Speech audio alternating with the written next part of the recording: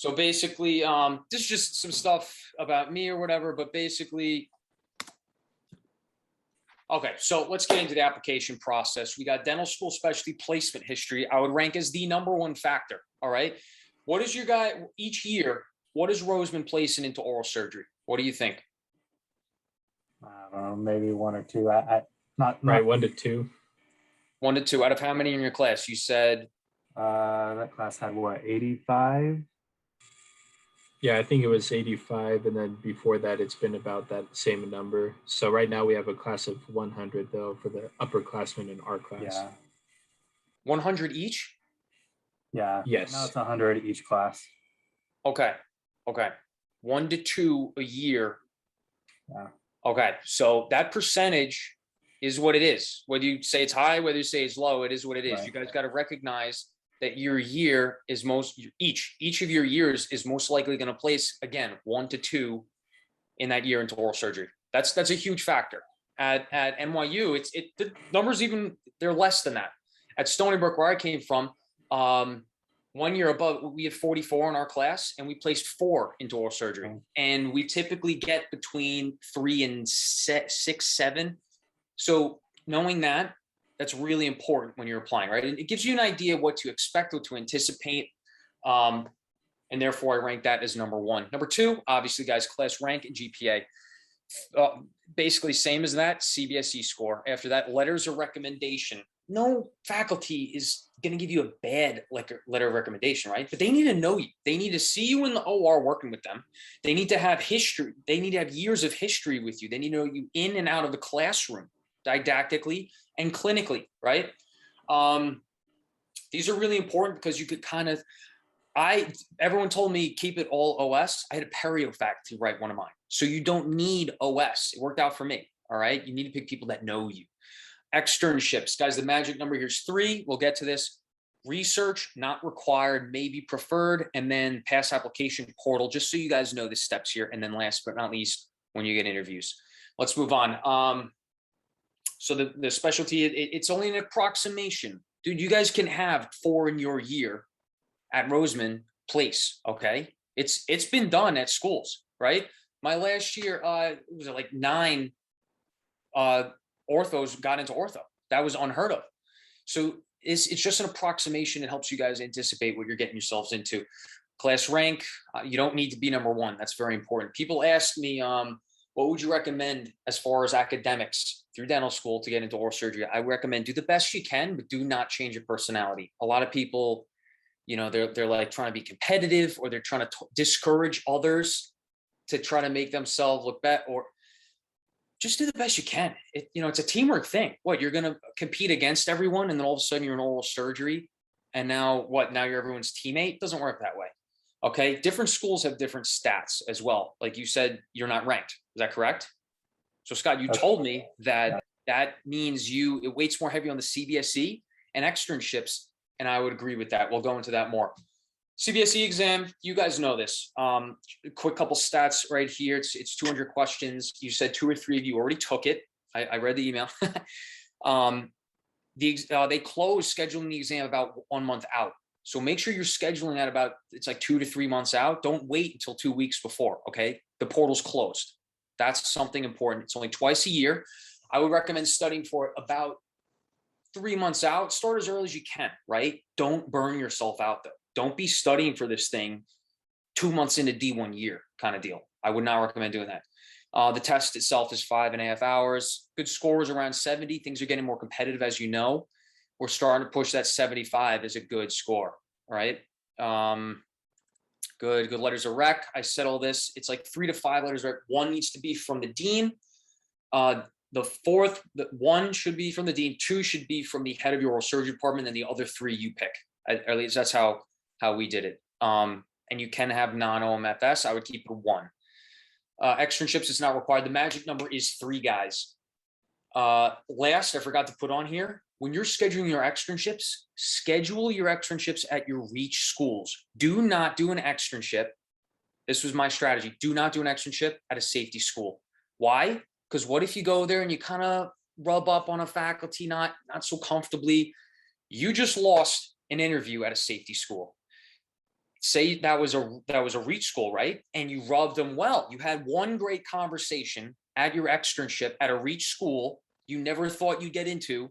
All of a sudden you got an interview there. You see how it could work to your advantage, it could work against you. I'd rather it work against you at a reach school and possibly work for you. Hope that makes sense. You could ask me about that. Research is not required. It's different because some programs are more involved with research. Other programs are not. There's also disparity between the 4 and 6 years. Guys, I applied to like 95, 99%, 4 years. No one asked me about my research I did in dental school. Okay, keep that in mind. However, my co-residents that are in the 6th year, they were asked about research. Keep that in mind. If you're planning to go to 6 years, it's probably going to look better if you did some research, got some research on your belt. This is the pass application. This is literally the website that you sign into. You get a username, password. You put your, what is it? The dent pin, put that in there. Then you upload all your stuff into there. Interviews, they get sent out between August and December. Interviews close in December. Then you have a month just to wait and sit on your ass until match day, January 19th, right? I was pooping my pants too. You will also be. It's normal, all right? It's good. It cleans out the pipes a little bit. End of that match days in the middle to end of January. Mine was January 19th. 2020 was January 21st. This is me. You can follow me on Instagram. I will respond to DM questions. I'm here for you guys. And that's my grandma. She passed away a couple days after match day. All right, let's get into this. Let me get rid of, so I can see your faces. Let me get rid of the, okay. Let's go into this. Let's go fire some questions.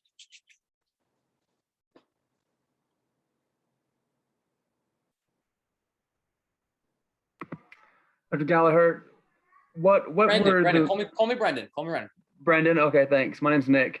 I'm a D2 right now, but I'm curious, what were the main factors contributing to your decision between 4 and 6 year programs? Look, guys, is Roseman linked with medical school? Do you take medical school classes? No, we don't. Okay. That doesn't matter, by the way, because guess what? When you study for the CBSE, it's entirely on your own anyway. When we had medical school didactic classes, I hated those exams. I couldn't imagine taking the CBSE and then step 1 and then step 2 and then step 3, paying for an additional 2 years of residency. And now you're, after 6 years, you're burned the hell out. And now you're starting your career at 33, 32 to 34, most likely, right? Maybe a little later, not earlier than 32. You're not, like, if you're 31, wow, that's it. You know, you're not getting out under 30 and you're 6-year MD DES. I just saw myself 4-year, and I knew my CBSE score was very average for the average accepted score. And I just knew I didn't want to do the 6 years. So I went all in on 4. And dude, that's a sweet watch. Is that a Yachtmaster? Yeah, from the Bahamas. Whew. Holy smokes, we're bringing some heat on here. I got a tag on, but I don't. Oh Dude, my God. Tag's the best, baby. Not as nice as that bad boy. So does that answer your question, Nick? Does that help? Yeah, totally makes sense. I've had those same thoughts. Thanks. What are you thinking? I don't know. Yeah, I'm 27, and so I know I'm a little later to the game, and so I've thought about the age thing, and so that leads me into, I guess, another question there. So does that MD? I know there's I'm curious. I want to do like full scope OMFS in a hospital setting type of thing. I know there's like a turf war type of thing between ENTs and plastics on some procedures. Excuse me.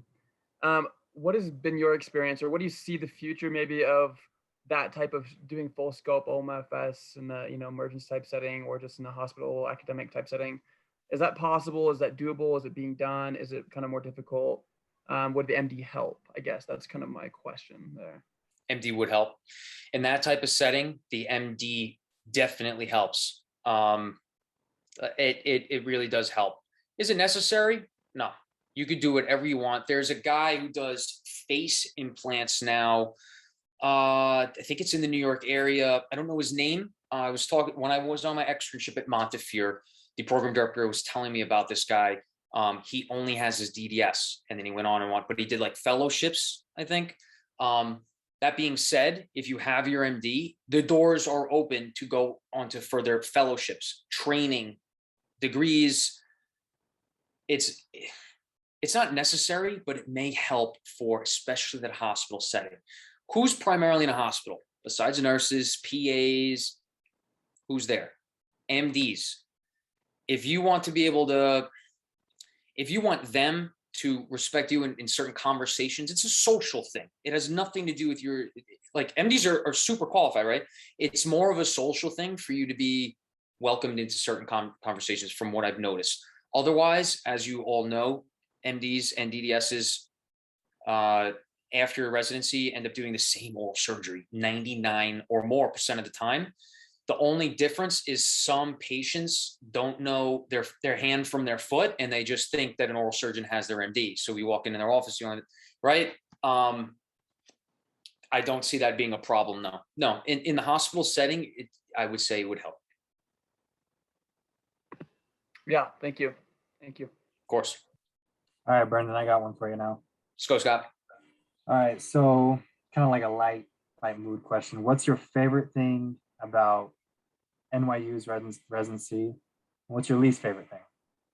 Sure. I'll tell you my least favorite thing right now.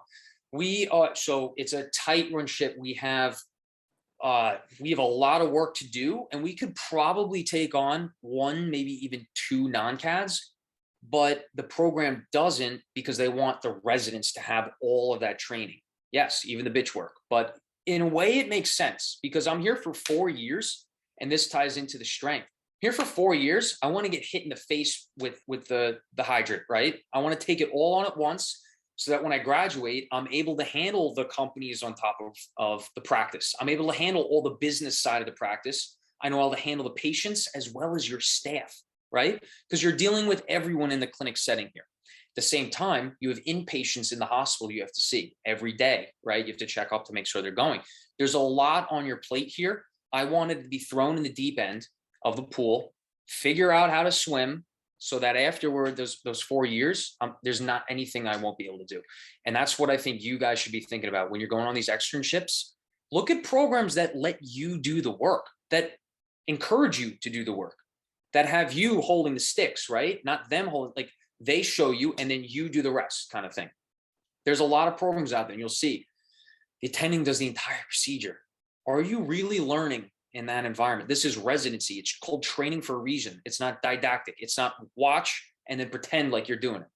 Does that make sense? That's one of the things that I found best about NYU was that you're doing the work here. I love it. What state are you guys in? I didn't look this up. Utah. Oh my God. Didn't you guys I saw a statistic that 3 years now? Yeah, we just became a 3-year program. So it's not the new incoming class, but the class after them, they're going to be a 3-year program. What do you guys think about that? It's money. Yeah, it's money for sure. They're increasing our class size from 100 to 136. The big money thing. We already have a hard enough time filling our patient schedule, so it's going to be rough. That does sound rough. Yeah. Luckily, it's going to be for the current D1s, not for us. Yeah, but then so maybe you have a better patient pool, right? Because it's 4 years, but smaller class. I don't know. We're also opening up a new clinic too on one of the floors of the building. So we'll see. I ask myself because I'm a D3 right now. Like in 7 or 8 months from now, would I be ready to do dentistry? I don't know. Well, you won't have to worry about it because you're going to be in oral surgery residency. That is true. What else can we answer? You guys should be looking at externships in your area that are like top of the top. You know what I mean? Because when I had VCU, NYU, and Montefiore. I wanted to get Cook County. I wanted to get LSU on my externship on my CV, right? To say I did an in-person externship there. That would have given me leverage when I applied to these other big programs. That's the mentality I want you guys to have. Next question. Let's do this.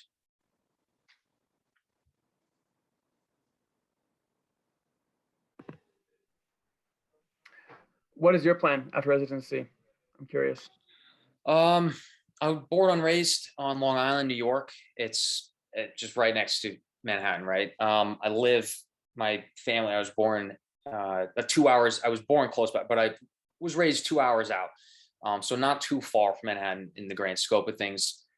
I would like to move back there, but in the tri-state area, DSO and across the country, as you know, DSOs are really, really making an impact. And my whole dream in this profession was, the end goal is not to work for someone else necessarily. I found a passion for a team model. The LLP I find to be the most attractive model for me, because you're working with your partners.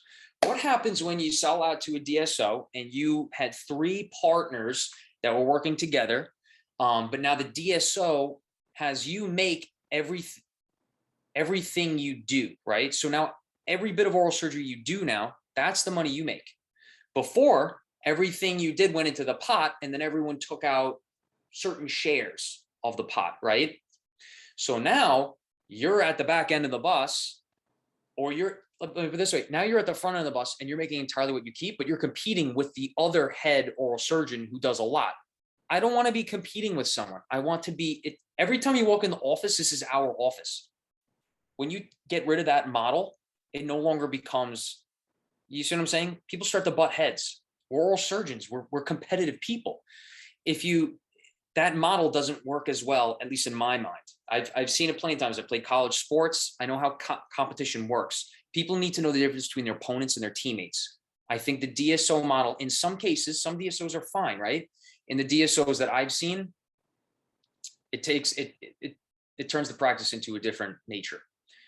Where do I want to be? I wanted to work for someone. I wanted to learn from a mentor. I would like to still. I got to see what happens. I'm already getting contacted by people, not 4 years, but I want to work for someone, learn from someone, buy into the practice, and then build. I want to build something nice. Does anyone else relate to that? Are you guys thinking along the same lines? Yeah, I want to be in the same boat. Dentistry is changing, man. Luckily we don't have to let it change completely. If it goes too far towards medicine, we're going to be overworked, underpaid, and we're starting to see it a lot in the DSO model. I know of a dentist whose practice was bought out, and he was saying, dentistry traditionally trails behind medicine by 15 to 20 years. I'm thinking, by my mind, you guys know doctors, right? Are they tremendously happy? A lot of the doctors that I've met say they wish they did dentistry. So why don't we keep dentistry where it is and let medicine go its own path? You know what I mean? That's just my opinion, but we'll be fine. If we keep the like-minded individuals in this career, we'll all be fine. What else you got?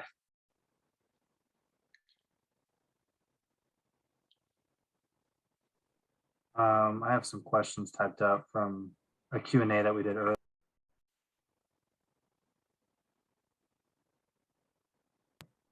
One of them is it difficult to land a fellowship if that's what you want to do? I don't know. Or is like MD the absolute way to go for a fellowship? It would be helpful, I would say, because if you're, for example, there's an oral surgeon here who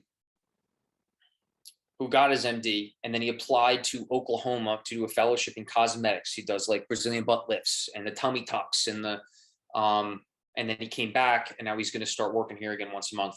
It helps to have the MD, because if you're applying to Oklahoma and you're from New York, are they going to recognize you as one of theirs applying for cosmetics if you don't have an MD? I don't know. I'm a 4-year guy. I'd be more likely to believe that cosmetics or other fellowships would be an easier pathway if you have your MD. Is it required? No. You could push for it. You can network. You could go to the OMFS meeting.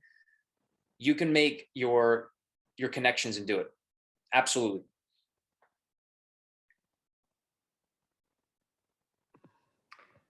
Another question. So you're going to see a lot of different procedures. You're going to be trained on a lot of different things, right, in residency. And then you're going to go out and you're going to build up your practice, and whatever that vision is of yours, you're going to pursue that. And that can be whatever scope, you're trained in and that you want to do. a lot of those procedures that you were trained on in residency, you're probably never going to see again. Is that the case? Or I know you have to take, or at least for a lot of states, you have to take a call a couple weeks out of the year every year just to maintain that licensure and hospital privileges. So you might see stuff there when you're on call and stuff, but I mean, for the most part, it's gonna be bread and butter, right? Is that what I can expect?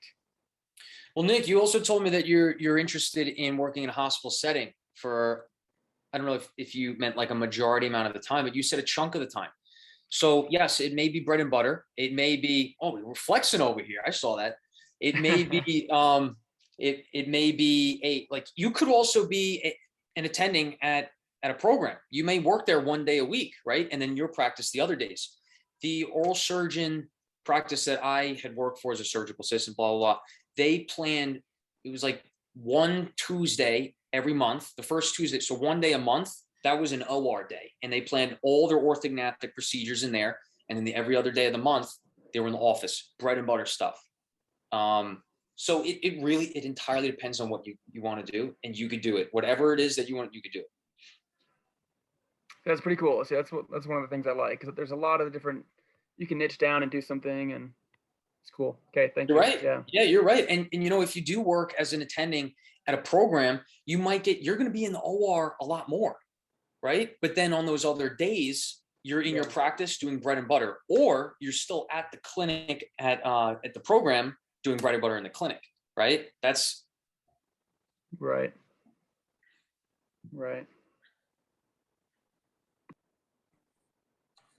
So kind of a follow-up question to Go that. ahead, Chris. Yeah, get out of here, Scott. You've asked enough. Just kidding. So I've got the impression from some of the oral surgeons that I've talked to that with orthognathic surgery, with cleft palate, some of these more involved, I guess you would say, surgeries, it's kind of most of the surgeons shy away from that unless they do a fellowship in those. Would you say that that's true, or could you still, kind of like what you were saying, just with a 4-year write out, schedule the OR one day a month, or every other month or something, and kind of do some of those more advanced procedures? both. It also depends on your location in the US. In New York, things are very strict, very, very strict. You need to stay within your boundaries. So you probably shouldn't be doing a bicoronal flap to do a temporalis flap through the maxilla to pair up the roof of the mouth, unless you have a fellowship or specialized training in that, right? Because that, well, to play the opposite side, you could be somewhere in the middle of the country where someone needs that procedure, or a number of people need that procedure, right? And you did it 5 times in your residency. You did not get a fellowship though, but you could still do that for those patients. So it depends on location. It depends on your degree. It depends on the training. Because if you did no bicoronal flaps, for example, in your residency, you're not going to be doing that no matter where you are in the country. So you see, and so you could do it. There's a fine line. There's a fine line depending on your training, your scope of training, what you are capable of doing, and then 2, your location, because each state has different rules. Each hospital has different rules, and a lot of hospitals like to lean on the MD, not the DDS, so to say, right? Unless you have publications out the wazoo and you have like things to lean on, you're well known. Yeah. Awesome, thanks. Of course. All right. So what's a weekly schedule like in residency? Are you there 80 hours a week, 60? What does it look like? Just kind of like a general term for anyone who has questions of what the workload will be like. You're there all the time. You don't leave. Okay, Scott. I'm there right now. This is actually the hospital. Right now I'm on anesthesia rotation, and it's 6 months where I have every weekend off. I don't have call, and I'm an official anesthesia resident. So right now I'm pretty much in the best time of residency because I'm doing sedations all day and everything. I get up at 5:30 and then I get out by 5 every day. And that's a great day for an oral surgery resident. I have 6 months. This is paradise. Now let's go back to being on service. You get up between 4:30 and 6:30 every day, I would say, because you need to go in Let's say you're on call, right? You need to go in, you need to pre-round. So you need to see all the inpatients that are hospital patients, but your patients that you did work on are going to do work on. You need to see how they are, check their vital signs, check their levels, any changes in swelling, edema, how's the infection going? Can they breathe? You know, like important things like that. You pre-round, then you go to the resident lounge, you gather with the other residents, and now you all round on those same patients together. You give them the intro. The chiefs check them out now. Everyone fills in on any info, the next steps. Now you go back to the resident lounge. You go to the OR. If you're first or second, you know, the interns, the first PGY 1s or 2s, you set up the OR for the chiefs, the upper level residents. Then they do the surgeries throughout the day. You go back to the clinic and you're in the oral surgery clinic, pulling out teeth, doing sinus lifts, complicated stuff, not complicated stuff, typical oral surgery. That's all day, right? Now you finish between 4 and 6 from clinic. They finish their surgeries probably by like 3 or later. Then you come back together in the resident room. Then you go round again at the end of the day. The entire day, if you're on call, you are getting called all day on your pager. So you may literally, I've had to do it, put everything down and go call them back and maybe go see the patient that they're calling you about, give them a word and whatnot. Now, if you're on call, you picked up the pager about 7 a.m. from the guy who got it the night before. You're on call that whole day. So now when everyone goes home after those rounds, after all the notes are written up, after everything's done between like 5 and 8, you're staying there. You're on call. You stay there overnight. You could be, I live right across the street, so I go home because I'm practically in Bellevue still. And we have to respond to calls right away, and you got to be at the hospital in like 10 minutes or you know, about that. So I think that is pretty much a typical day. Oh, and you're on call every 3 days when you're on service. When you upper level, it's less often. You're on like second call, third call. Does that make sense? Yeah, makes perfect sense. Follow-up question. Yeah. For us thinking about like areas to live, how close should we be living to the hospital? Should we, you know, because you're a few minutes away, you know, what if we choose a program where there's not really decent housing around? Like, is that a huge factor that we need to think about? It's a huge factor to think about your lifestyle. I know LIJ, they're driving all around Long Island every day, right? That's the Stony Brook program. Montefiore, they're close together, their buildings, but they have several facilities they have to drive to and from every day. I knew there's no way I should be driving around, taking calls, texting, running a company. You know, that was not going to be a good formula.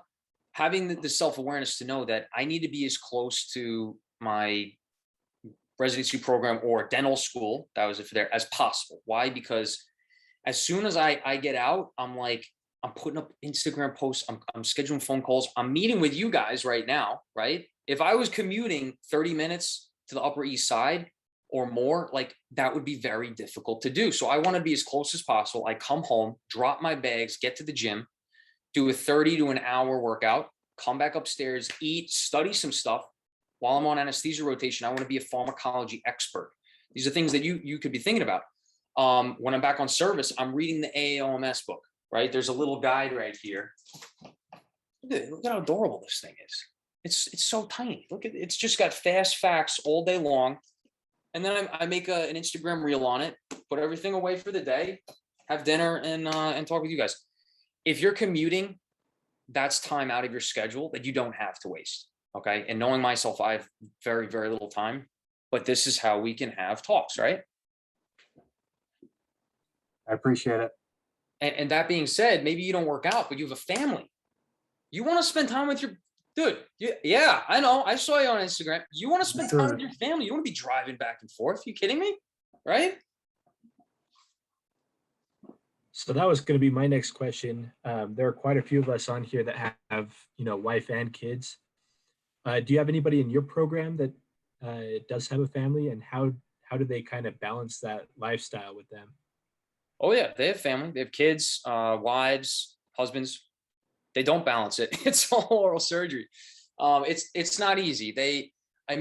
Luckily with the soul, everyone's going remote and stuff. My girlfriend's remote. She could be here some days of the week, all the time. She's here when I come home, right? But it's tough for some couples that are, for example, what if your wife doesn't work remote? She has to be back in Utah and you get into a program in Wyoming. I don't know, like, you know what I mean? It's going to be hard. It can be hard. You need to anticipate the worst and hope for the best. It's doable though, right? You're not going to be distracted. You're going to be consumed by your program's work day in and day out. It might be beneficial if they're consumed, in a sense, by their work. They're invested in their work, their company, the family. You know what I mean? Like, it's a balancing act in your own way. Your family is going to work it out. They're going to be there for you, and you're going to be there for them when they need it. One of my co-residents, for example, I don't see them enough. That's another thing. There's so much work. I don't see my co-residents enough. That was one of the disadvantages. But we went out for dinner and had a beer like 2 weeks ago, right? But one of my co-residents, the way he manages, he's there with us, right? He had a beer or two, but he didn't eat dinner because his wife had made him dinner. So that's how I think, at least, he balances it, right? He's there with us, camaraderie. He goes home, family, right? That might help.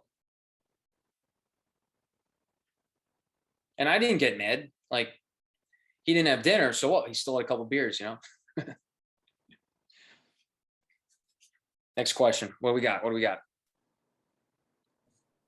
So I guess I should have asked this earlier, but I know you mentioned about, like, when looking at externships, like trying to figure out if they're actually going to let you do stuff. Where do you find that information?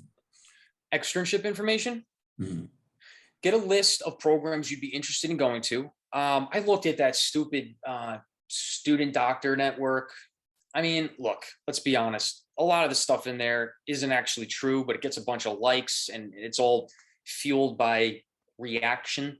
I looked at, like, LSU Shreveport had high ratings. So I was like, oh, well, this has to be somewhat good and that's why I want it on my CV. Research the programs, see what they have, right? Go on their program page. You could start with Student Doctor Network to get an idea, right? But remember, Student Doctor Network is not everything. Go on the programs page. You should be able to research the program, like they'll have like a list of bullet points of everything they do, right? Make sure implants are on there, jaw surgeries, reconstruction, maybe or maybe not, cancer, if you catch my drift. Next thing, find the externship page. Contact the program coordinator. You could do it via email. You could do it by calling. I usually like to call ahead because I like to relate with them in a personal way. Like, hi, Ms. Jenkins, how are you today? I was just wondering, do you guys have any availabilities on externships? How far out can I schedule it? How many openings do you have? Can I stay 1 week? Does it have to be 2? Like, I'd prefer 1 week. How many externs per week? General questions to make sure you get the gist of it, and schedule that thing and do it months in advance. Does more externships, I know you said 3 is the magic number, but is more better, or does it not really make a difference at that point? It could be. A lot of it's going to depend on your program. I know a lot of programs, they only give their students a certain amount of time off. Get that 3, but if that would be subtracting clinical time to get that 4th one in, now you have to kind of think about it, right? Because now if you're going to be 1 week later, you're going to graduate a week later because you did a 4th externship, weigh it out. What I mean by that is, if it's LSU, if it's Cook County, if it's Parkland, do it. Graduate a week later, you're going to give yourself a leg up when you apply to those programs, right? However, if it's like, does that make sense? You got to feel it out. Yeah. Well, kind of going off of that, it may not be a bad idea to do that just because our school graduates in April. So we'll have a lot of time between that and July 1st. So get as many externships as you can, guys. And now let's give some personal advice right now. Think about it. You're graduating 1 to 2 a year. You guys should all be pumping at least 3 externships in. Push it to 5 if you can, because now you're weighting it on your CBSE and your experience. They can see how interested and passionate you are, how much you want to be at their program by showing some heavy duty externships and then giving a good interview, right? And a good CBSE score. I think you got to look at those. I think you got to consider that. Speaking of the CBSE, I mean, obviously we're aiming for 70 plus. Do you think that programs have a hard cutoff? Like, is it 65 that most programs are just like cutting you off and they won't even look at your app, or what? Absolutely. Absolutely. I had a virtual externship with LSU. It was, I don't know, like a month before I submit an application, right? And we were shooting it for an hour and a half. I'm not kidding. I was supposed to meet my buddies in Hamptons. We're shooting for an hour and a half. And then finally he says, like, so last year our cutoff was 72. This year our cutoff is 74. And he says, Brendan, what did you get on the CBSE? And I didn't get it, just missed it, but I didn't get those numbers. And he said, Brendan, you're a fantastic applicant. I'll see what I can do. I can't guarantee you're going to get an interview. I can't guarantee you're going to be in it, because they had a hard cutoff, and I understand it. I'm also more of a camaraderie guy. I think if you meet a good person, give them an interview. Come on. But, so that's how it went. Yeah, the guy who is kind of the model for us, he got into the Mayo Clinic, scored in the 80s on the CBSE, killed it, had like 25 interviews. So it's a good goal to like try and reach, but I think you shouldn't lose yourself in the sticks with the CBSE. Just try and get what you need and be human still. That's a really good point. And you know what? I probably wasn't going to succeed or excel, for that matter, at LSU. I'm right where I want to be right now. They took me for my CBSE score, for my personality. That's the program you guys are looking for. You're not looking for someone to pick you out of the, organize the whole ordeal here with the scores and whatnot, and then pick you. No, you want someone that looks at you and says, this is someone I want in my program. So focus on that. The CBSE is not everything. GPA, it's not.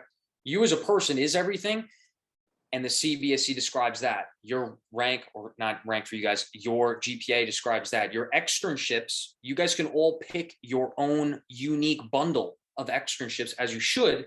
That's going to speak a lot more about you than one number on your resume.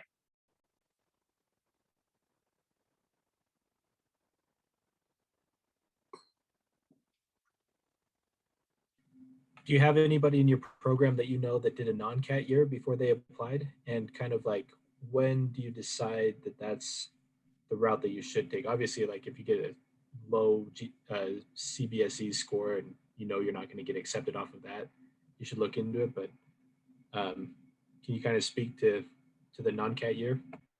Well, and first and foremost, something to keep in mind. If you get a low CBSE, I know a lot of people, this is just a thought. I'm not telling you to do this. Say you get a low CBSE, right? And you don't match for the first time. Everyone's more inclined to do a non-CAD year. But let me tell you guys something. You're not going to have the time to study. You're an intern. You're a non-matriculated, non-categorical intern. You're doing intern work. That's the worst it gets. You're not going to have ample time to get an 85 on that CBSE the next time around. So something that it's a thought. I haven't got it concrete. I don't have data I've talked with people to say, like, think about this. Maybe it suits you better. Once I get more info on this, I'm almost more likely to say, do a GPR year, because you'll have time. You'll be making a little money, and then reapply. But it also depends on your application. Before I go too far, it depends on your application. You need to know that you had all the externships, you had the rank, the GPA, and it only was the CBSE. Does that make sense, guys? You see what I'm saying? If that's the one thing, then what are you doing an intern year for? You don't need experience. You need to show your commitment. You need to show that you can get that score and handle the step 1 exam, for example. That's just a thought. Yes, when you guys, and you'll see this, when you do externships, you're going to notice that certain programs will take non-CADs. Some programs won't take non-CADs. There aren't many residents here at NYU that did non-CADs, okay? But at Montefiore, at VCU took someone. You'll see programs take non-CADs and some programs just don't take non-CADs. So there's another reason, like, why would I do a non-CAD year if my chances dwindle that much? You're not going to increase your CBSE score by that much. That's just, you're just not. You're not going to go from a 58 to an 88. You're not. You're going to need time to study for that thing. It might be best to do GPR. Just food for thought, right? You want to show your commitment, but if you know that's the one thing missing on your resume, you got to figure out a way to conquer it. Just a comment on that. I spoke to one of our deans here at the school, and he used to run a GPR program, and that's kind of the same advice that he gave me as well. There you go. There you go. He probably knows more than I do, or he's just trying to get you to go to GPR.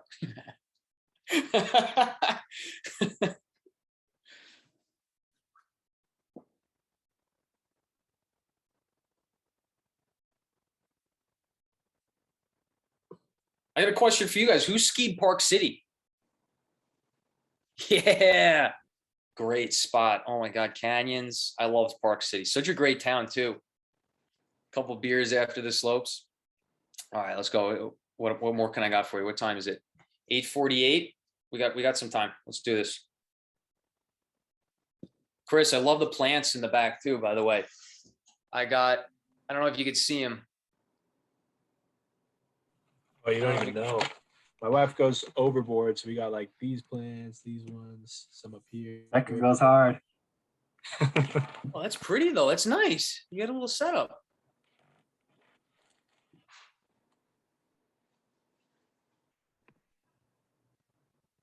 So can you tell me more about this business of yours? What exactly are you doing? And is that, sorry, Scott. Sure. Hopefully you've heard of Students of Dentistry. That's like the OG, that's the original page. Before I got into, and now my partner, Sean Czar, he's an orthodontist resident at Stony Brook. We went to Stony Brook Dental School together. We kind of formed a students page, a dentist page, and a dental practice page, because as you guys know, social media is very niche based. It's only going to get more and more niche based, right? So we formed the students page, the dentist page, and the dental practice page for like that niche.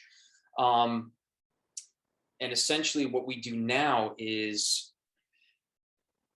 a couple of, we're hosting events, because there's a lot of things like this session. I'm trying to give you guys as much info that you never got in a dental school class. Maybe like we're trying to get events that teach you about like disability insurance. How do you get it? When do you get it? These are things we need to know. The business side, how to pay off your loans, student debt, the tough questions that dental school doesn't answer. We're trying to create these events. And then we post it on the story to the file. Whoever wants to show up can. We record, we put on a YouTube channel, podcast, LinkedIn, Facebook. But essentially we have an event side. Then we have the page side, where those pages we feature the students, the dentists, the dental practices. We have a winner of the month, whoever gets the most amount of likes for them. It's just fun stuff. But then also we're trying to bring education into it, the important stuff. And then last but not least, we have services. So like I mentioned, the pre-dent mentor map. We all didn't have that person we could go, or maybe you could, right? But it would have been nice if you had a person at any school to contact and figure out like, oh shoot, you do need to take biochemistry to apply to that. I didn't know that. Well, now I need to take that before I graduate. Little things like that. We can connect pre-dental students to current dental students at each school in the United States.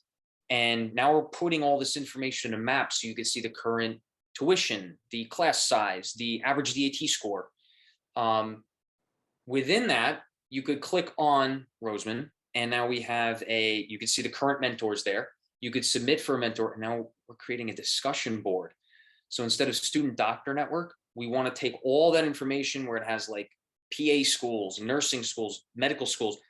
Let's get it all down to dental, specify it like for each, individualize it for each school. I think this could help out a lot of people. I really want it to, and we're not asking for any money for it. A big part of these, this is the back end of why I want to do this, is because I see a lot of, and I'm sure you've seen this, these mentoring groups, they want to like charge for this app, maybe one day, but I'm not charging you guys for this. I just want to help you out there's a lot of mentoring and, pre-dental advice and all that stuff, pre-dental, this and that. They're charging thousands of dollars to tell you what you already know. You need to do DAT boot camp. You don't need to pay me to tell you that, right? I'm seeing a lot of this. I think the more noble thing to do, and this is what we're trying to do, is let's give you all the advice, the mentoring, the information you need on every dental school in the United States and how to get into dental school and now into residency, right?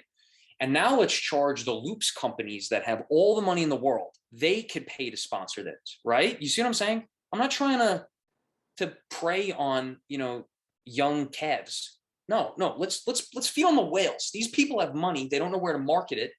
You know how much money they're making a year on loops? The idea is to let's really give people the information they need. And then when someone recognizes the value in that and can pair up that purpose, then we'll give them the sponsorship. That's the idea. I think it's much more noble. I think there's some character in that, and that's what I want to do. Plus you avoid all the bullshit, from SDN and stuff. You bypass all that and you get the good stuff. That's right. Like, why is this dental hygienist running the clinic? You need to know about that, because there are other schools that are, so other schools that don't have that. Yeah, exactly. The question I was gonna say earlier is, so I work out plenty, but that's like my mental health outlet. What do some of your co-residents do to help their mental health through residency, other than working out or whatever it may be? Yeah, through residency dental school. New York is fantastic because if you do have that day off, oh my God, you could find a new restaurant every single day of the week to go to. There's plenty of eateries. There's some great views, spots to go to. You can run along the water. You could run in the middle of the street. You could, working out seems to be a number of my co-residents. Jesus, one of the biggest guys I've ever met in my life. He's 2 years above me. This guy's massive. I don't know how he has time to do it. But yeah, and he's killing. He's another 4-year guy. But working out seems to be pretty consistent. Everyone watches shows. Everyone comes home and spends time with their partner, their wife, their husband. They watch their Netflix specials and stuff. That seems to be a lot of it. The lifestyle outside of residencies, how you're going to balance the madness when you're in it. Awesome. I'll try to think of other things if anything comes to my mind of what I know people are doing. Any specifics you want me to answer on CBSE studying, on application cycle? I've got one that came to my mind. Yeah, I guess two. First one on the CBSE studying. I feel like I have a lot of good resources. Like it's obviously, I know the resources I need to use. They're very popular on the internet and on SDN and everything. I find I'm going through all the material once over, and then I was going to do a bunch of Q banks. I find that it's hard to, I'm like wasting time, maybe just like going over the material and then forgetting it. I'm trying to do like a big Anki deck on the side and stuff, but would you recommend doing like one topic and then like testing yourself on it and then doing another, like, biochem, and then doing physio and then doing farm or whatever, and testing yourself on it after each one and then moving on once you feel really good about that one topic? Or would you recommend kind of getting all the material under your belt as good as you can and then just testing on it until you got it all good? Sounds like you just answered your own question. I'm not sure what the best path is there. Yeah. Well, how is the test going to be? It's going to be all mixed in, is it not? That's correct. Yeah. So those Q banks, I like to call it your second pass through UWorld, the question bank you're using, that one should be randomized. And yes, the first block of the day should be timed because your test is going to be timed. The first pass through UWorld, but just like you said, you're all over the place. You need to learn these things one at a time. So I recommend about 3 months out, that's when you start on your first pass through UWorld, right? 3 to 4 months out, starting your first pass through UWorld. Do everything section by section, one at a time, all of it. Do all cardiovascular. I'm talking pathoma. Get it all into first aid. Do the sketchy farm for CV, right? Cardiovascular. Then the next thing for cardiovascular.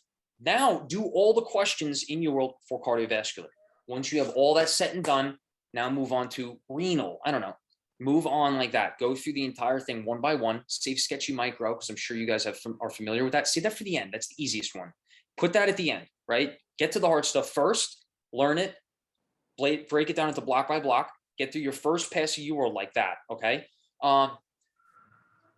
And same thing. Do the first block timed, and then the next block that day, do tutor mode. Review the question right after each, because then it's fresh in your mind. The first block you should be doing, you should get used to test taking strategy, your technique, right? Get the timing down. Your second pass, everything should be randomized now. The first block, again, timed. Second block, tutor. Oh, and when it's timed, do not review the question by question. Do the whole block timed at once, then review the whole block. But now the rest of the day, you've already have some mental fatigue. So do it on tutor mode and review the question right after you do it. Does that make sense? You need to work with your brain. You're working against it and then work with it. Try and get, when you're finishing up, you should really be trying to get like 3 blocks in a day. I'm not kidding. And your weekends, you should be pushing 4 to 5 blocks a day, especially when you're rounding up towards the exam. Don't plan to finish UWorld 3 weeks out. No. You need things fresh on your mind. You should be finishing UWorld about 1 week out, 1 week of just reviewing. Like I made a Quizlet of every question I got wrong. That week, I was getting those Quizlets down, okay? Because now those are fresh on your mind. If you got something right, you're more likely to get it right again. So now let's go fast forward. Let's take a step back. What if you're more than 3 to 4 months out before the CBSE? That's when you really read, highlight, navigate through pathoma. Start getting used to looking at first aid. Maybe you do the Anki deck, like you said. That's an excellent resource. When you're in class, just be flipping through that Anki deck. Bang, bang, bang. That's when you're 3 to 6 months out, okay? Get little facts, get a little substance here and there. Be Googling things you don't understand. Boards and Beyond videos, I've also heard. I didn't get a chance to use those. I ran out of time. But you see what I'm saying? Get a little foundation, stuff going on. Get very used to looking at first aid. 3 to 4 months out, hop right into your first pass through UWorld, section by section. Second pass is all randomized, okay? Try and get those percentages as 70s and up, guys. Look at it that way. Would you recommend, like, yeah. Thank you. I appreciate that. I'm going to implement that. Would you recommend, if I feel not 100% ready for, let's say February, right? This next February. Would you recommend just postponing it until July, or just taking it and then taking it again if I needed Take it again. Take it twice. 100%. Yeah. Okay. Do not halt yourself. You want to get, you can take it, what, 6 times, guys?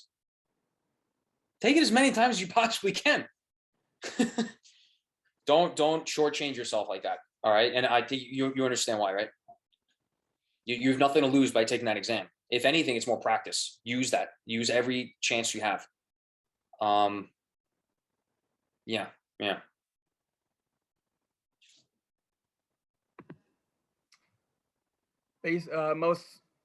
The best interview advice. What are the, like, when I get to those interviews,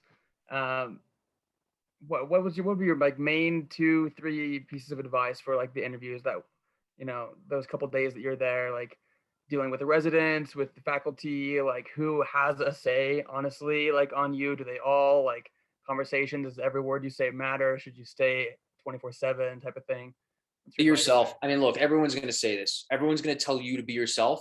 But what that means is be comfortable with who you are, right? If you're trying to be someone you're not, say you do an impressive program, but then you're miserable there for 4 to 6 years. You want to be yourself. And whenever you talk to someone, remember, it's a conversation. Even the interview itself, guys, it's a conversation. They're not going to pull up an x-ray. And if they do, Jesus Christ, you don't want to go there. In fact, someone pulled up a little thing here and they're like, well, what do you think that is? I answered it, got it wrong. And I said, I'll see you later. You know, like you know what I mean? I wasn't going to go to that program. Bottom line is everything is a conversation. You want to be relatable with the people you're having, because they're not going to remember any particular thing you said about this or that. They're going to remember how they related with you. You see, right? To prepare for interviews, obviously get all dressed up. Even if it's a Zoom interview, to everything head to toe, right? Not that it's going to penalize you, but it's confidence in your own mind. The questions, tell me a little something about yourself. tell me why oral surgery and why our program. I combine that into one. Your biggest strength and your biggest weakness. You should be able to relate all these back into why you're a good oral surgery applicant indirectly. Don't tell them I'm a good oral surgery applicant because no, these should tell that indirectly. The biggest, most important one, I would think, because you guys understand how to research a program. Say, I like Oklahoma's oral surgery program because you guys are all cowboys. You're phenomenal. You guys are breaking jaws all day long. You're putting in 200 implants by the time you finish your second year, and you're all studs, right? And that'll go well on the interview. I loved it there. But the biggest thing I think is understanding the tell me about yourself question. Do not be talking for 5 minutes. Keep it to 1 to 1.5 minutes. Start off with things that are relatable. I would start with born and raised on Long Island. I used to go to church on Sundays with my mom and grandmother when I was younger. She couldn't go anymore because she got sick. So I'd go visit her at her house and play the violin. Now you know where I'm from. You know what I'm about family. I'm about family at the core. Playing the violin, spending time with them, I play the violin. That's like things that are quirky, right? Quirky to me, but they tell you something about me. So now that's relatable. Then I talk about just briefly, high school to college, being involved, college athlete, always mentoring, tutoring, even into dental school, ASDA groups. I was the treasurer. I did research. So now you see I'm involved and committed, right? I was a surgical assistant at an oral surgeon's office. And now what I say is, one of the things I missed most in dental school was the camaraderie I had on a basketball team. But on an externship, I got to see that again because you're one unit. When you're in oral surgery residency, all the residents are going to the rounds together. Haven't had that in a long time, and it's true. And now it kind of brings it back into why oral surgery. You see what I'm saying? I'm trying to give you guys practical Yeah, that's awesome. That's awesome. examples here. That's pretty cool. You play the violin. I've actually tried to learn that myself. It's tough. It's tough. It's a tough one. I would stick with the guitar. Ladies like it better.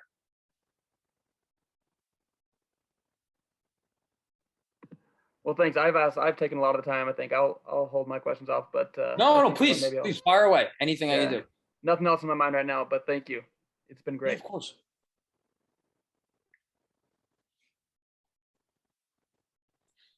Brendan, so you didn't hit boards and beyond too hard, you said?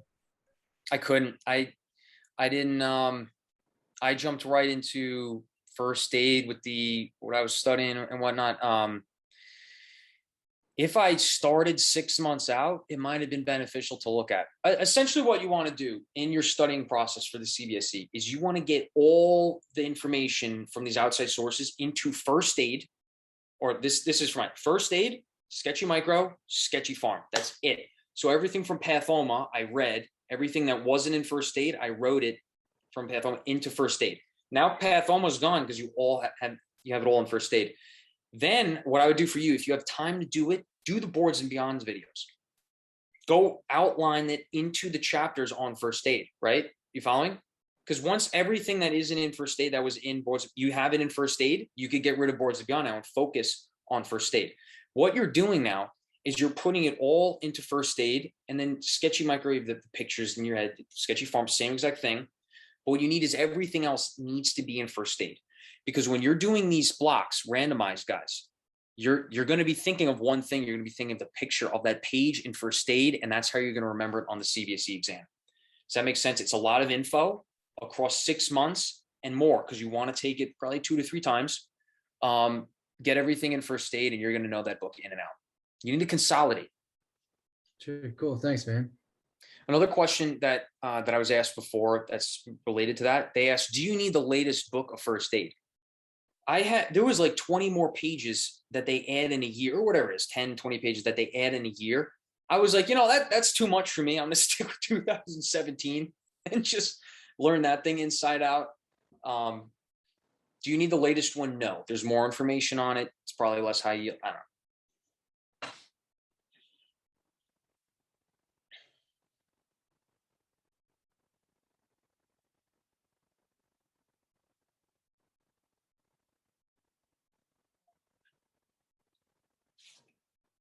Anything else, guys? What time we got? I could hang on a couple more minutes. I want to make sure 9:10, 9:10, I'll head out. Anything else that we could do, guys? It got tough at times. Studying for the CBSE, just remember there's a purpose for it all. Go every time you take the CBSE, go in as if it's your last time. You don't want to have to take that again, right? But then, you didn't get the score you get, you missed by a few points, you suck it up, you study for it again, month or two, but think about things, the sketchy micro and sketchy farm videos, they're pretty enjoyable. Maybe save those for later at night when you're fatigued, you're tired, you need something to look forward to before you go to bed. Think of things like that to make it easier on yourself.